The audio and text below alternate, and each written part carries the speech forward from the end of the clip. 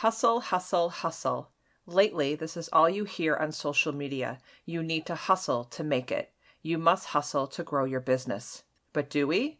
Lindsay Maloney joins me on the show today to talk about why the word hustle doesn't resonate with her, how you can actually grow your business without the hustle, and how you can get out of the hustle mentality. Lindsay is a self-made business and success coach who specializes in teaching women how to start and scale their dream coaching businesses with simplicity and confidence. She believes that you should always choose to use your intuition to guide you as you grow your business. This is episode 27, Why the Hustle Mentality is Not Sustainable in Business. Hey there, Mom Boss. Welcome to the Social Media for Mompreneurs podcast. I'm Allison Scholes, brand strategist and lifestyle stock photographer. And yes, I'm that boss lady in sweatpants. If you're ready to fine-tune your personal brand, grow your business on social media, learn some really cool marketing hacks, all while balancing family life, then girl, you're in the right spot. And please don't be shy. You can connect with me over at bossladyinsweatpants.com. If you're ready for today's show, go ahead and hand out the kids' tablets, open those juice boxes, grab your coffee, and hide in your closet. It's time to dive in. Hey, Lindsay, welcome to the show. Hi, Allison. I am so excited to be here. And I'm excited to have you here. But before we jump into our topic, can you let everyone know who you are and a little bit about your business? Sure. I am Lindsay Maloney. I am a business and success coach. I'm also a rapid transformational practitioner, and I help coaches do the inner and the outer work so they can create and scale their coaching businesses with simplicity. That's awesome. And I am really excited about our topic because I think this can be lately a controversial topic. We're going to jump into hustle or the hustle mentality, and you're going to tell us why it's not sustainable, especially in the coaching industry. So before we get into the nitty and gritty of our topic today, I want to know first, why doesn't the word hustle resonate with you? Love this topic because I like to always kind of go against the grain. And I was always afraid to go against the grain. And I remember when I first started my coaching business, I was listening to all the people who were preaching hustle, people who were suggesting to work on your business 18 hours a day, and people who were suggesting you need to work on it every single day and you're not going to get anywhere if you don't do the hustle. And I did that, and it always felt really wrong for me. But that was before I was tapping into my own intuition and what felt right, right? It's like we want to do everything what everyone else is doing to those few people that we're listening to when we're starting, and it just doesn't feel right. And what ends up happening is you decide you need to do all these different things. So you might for one day decide, I'm going to have a coaching business, and it doesn't work for a week. And then maybe I should try this and maybe I should try that. And you're dabbling into all of these things. You have all these irons in the fire, but you feel like, you're doing something right because you're just burned out. You're overwhelmed. You sit at your computer, you have 8,000 tabs open. You don't know what business to work on today, what client to speak to. And all of a sudden, all of these irons are burning and you are standing there wondering what the heck you do. I remember the day my husband asked me, well, what do you do? And I couldn't answer it because I had an online magazine. I had a coaching business. I was a freelancer. I had an Etsy business. Like, I was doing all of this stuff because I thought if I hustle, something will work. Well, it didn't work. I was making under $100 a month, and I was freelancing and working all hours trying to get these things done for such a low price because I thought that that's what will work for me.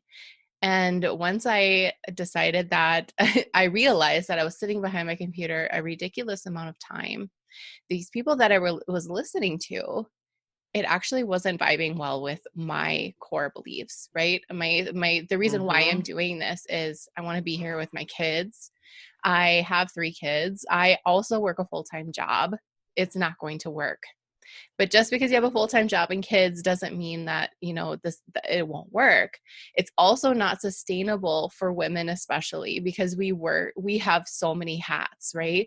Whether you have a significant other or children, you still have to take care of yourself. You still need to have that time where you're just doing nothing. And when you're not allowing that for yourself, the quality of your service to others is going to be very low. So long story short, I learned the hard way, and I'm just stand there and say hustle. I hear that word and I just get a knot in my stomach. And I see all these entrepreneurs out there who are preaching hustle, hashtag hustle. And I think, don't do it. Don't subscribe to it. It's not sustainable. So I could go on and on. So that's my precursor to how I feel about that word. And I think last year I was that person that you were describing, where I felt I had to do all the things to be successful in my business. And I was watching the successful entrepreneurs, the James Wedmores, the Amy Porterfields, the Jasmine Stars. And I'm not saying they preach hustle, but to me, it looked like they were hustling, and that's how you got success. Mm-hmm. But I was not successful at all. And just recently, I made these massive goals for 2019. Mm-hmm. And just last week, I sat down and made my 2020 goals. And I'll tell you what, there's not that many on there, but they're good. And I'm going to go deep with them because I'm just not, like you said, I'm not subscribing to that hustle because it doesn't fit my life. Mm-hmm. I have 2 kids. I run the house. How can I do that? Mm-hmm. Yeah. And then when you subscribe to it and it's not working for you, and you feel like a failure if you're not really tuned into what serves you. And yeah, James Wedmore is amazing. I worked with him all last year, but the things that we would talk about on our coaching calls that he would suggest to me, and I would get off and I'd think, okay, no, that doesn't fit my why.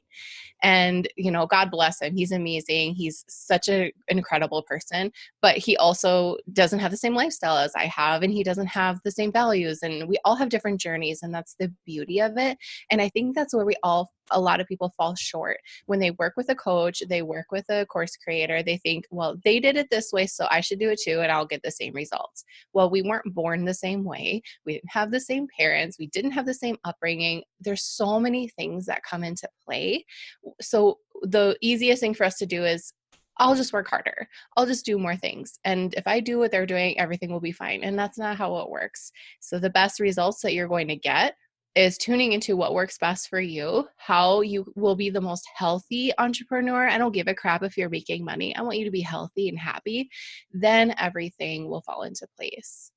And I love how you said earlier, when you were talking with James Wedmore and he gave you suggestions, or for any entrepreneur, reading a topic, reading a book, I love how you said, go back and think to yourself, does it fit your why? Mm-hmm. And I think we have to ask ourselves that question almost every day, because it's so easy, especially on social media, to get caught up in the shiny object syndrome and also the comparison game. And I mean, even though I preach don't compare, it's hard not to. Mm-hmm. I have to catch myself almost on a daily basis not to do it. Mm-hmm.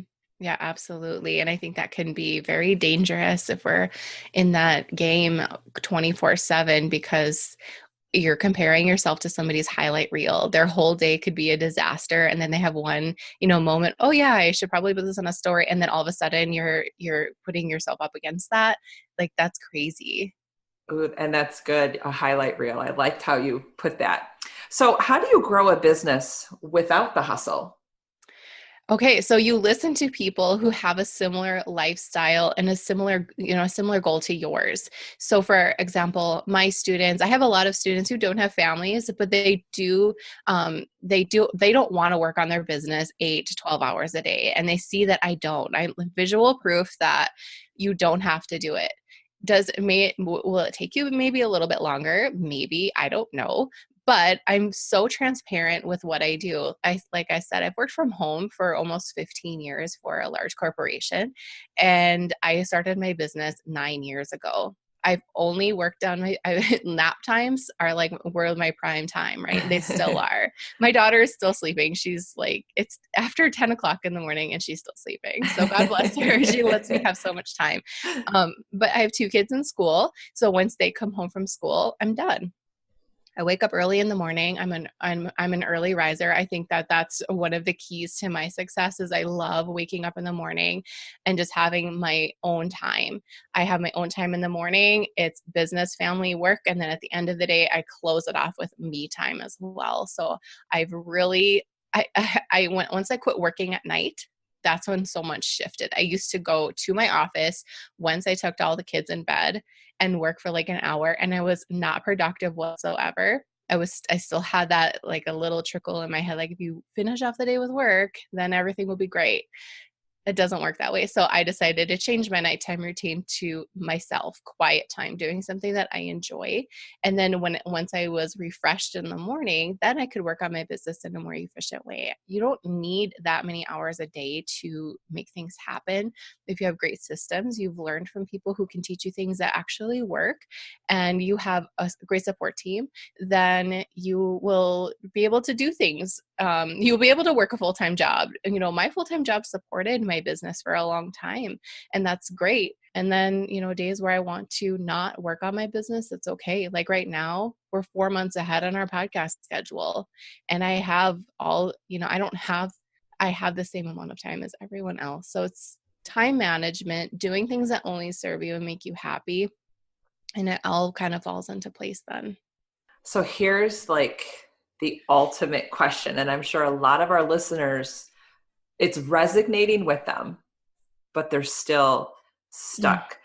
How can we get out of that hustle mentality? And I sometimes struggle with this, especially like, if you're getting to the end of a quarter or you've had these goals and you see that you're not getting there, and you're listening to all of that noise, but we know deep down it's not right. Like, how do you make that shift?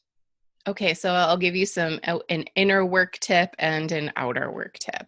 So the inner work that you need to do is you have to cut off the attachments to all of those goals.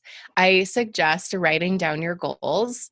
That's great, but then I want you to just crumble them up and throw them away because they don't mean anything. Oh. Your value is not tied to a dollar sign. You are so much more than a dollar sign or an enrollment number in your program or clients, whatever. Stop putting yourself up to these things that you have no control over. I have no control over if a client signs up with me this week. I have no control over how many people come into my program by the end of the year. So why are you stressing out about it? You have no control, right? So stop it. Easy, just stop it. And then an outer work thing is look at all the things that you're putting your energy towards. Maybe you need to simplify your business a little bit. Do you have too many things going on?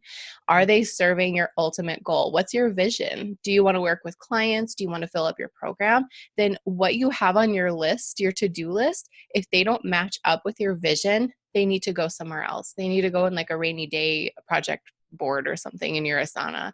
Only do things that serve your ultimate goal. And I know once we listen to a podcast or we watch a YouTube video, it's so easy to get inspired and think, oh, I should do this too. I should do this and make all of these things for you to do.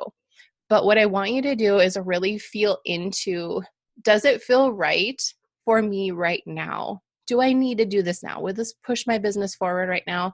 If it won't, then put it in a rainy day project. But if there's things that like, I know this will give me, tangible results, move me forward, then put it in have a project management system.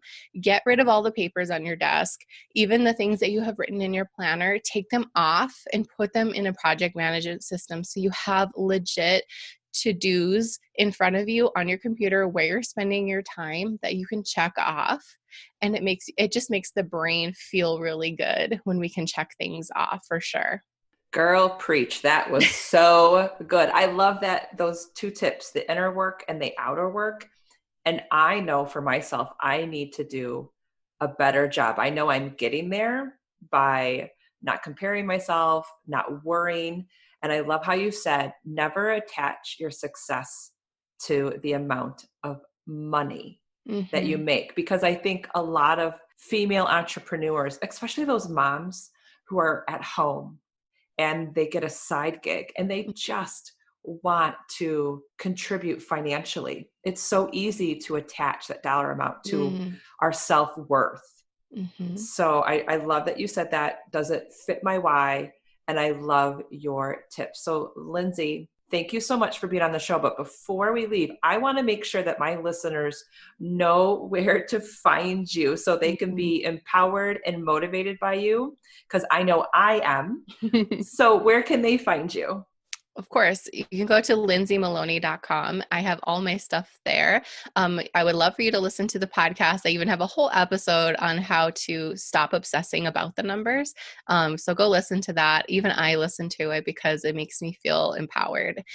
So that's the Book Your Dream Clients podcast. I love hanging out on Instagram. So you can tell me how much you love this episode by sharing a story and tagging us. And yeah, everything's there. Everything that you want to learn, it's all on lindsaymaloney.com. Thank you for tuning in today. If you loved today's episode and walked away with value, then please head over to iTunes, social media for mompreneurs, and leave a review and subscribe to the channel. This would make my day. And don't forget to connect with me on Instagram at Allison Scholes or grab some freebies over at bossladyandsweatpants.com. Take care. I'll see you next time.